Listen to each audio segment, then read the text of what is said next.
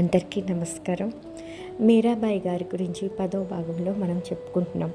మీరాబాయి గారు బృందావనం వెళ్ళారన్న విషయం 9వ భాగంలో చెప్పుకున్నాము. అయితే ఆవిడ బృందావనంలో వెళ్ళిన తర్వాత గోస్వామి అనే మహా గొప్ప భక్తుడు, కృష్ణ భక్తుడు గురించి ఆవిడ చాలా విన్నారు. ఆయన దర్శనార్థం ఆయన ఆశ్రమానికి వెళ్ళారు.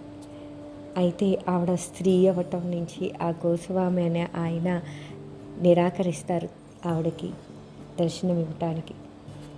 ఆ మాటకి ఆవిడ చాలా బాధపడుతుంది. భగవంతుడు ఏకస్వరూపం, భగవంతుడు అన్ని రూపాల్లోనూ భగవంతుడు ఉన్నాడు. ఆ సత్యం ఆవిడకి తెలుసు. ఇంకా ఆయనకి ఆ పరివర్తన రాలేదు. కృష్ణుడు మించిన పురుషుడు ఈ ప్రపంచంలో ఉన్నారా?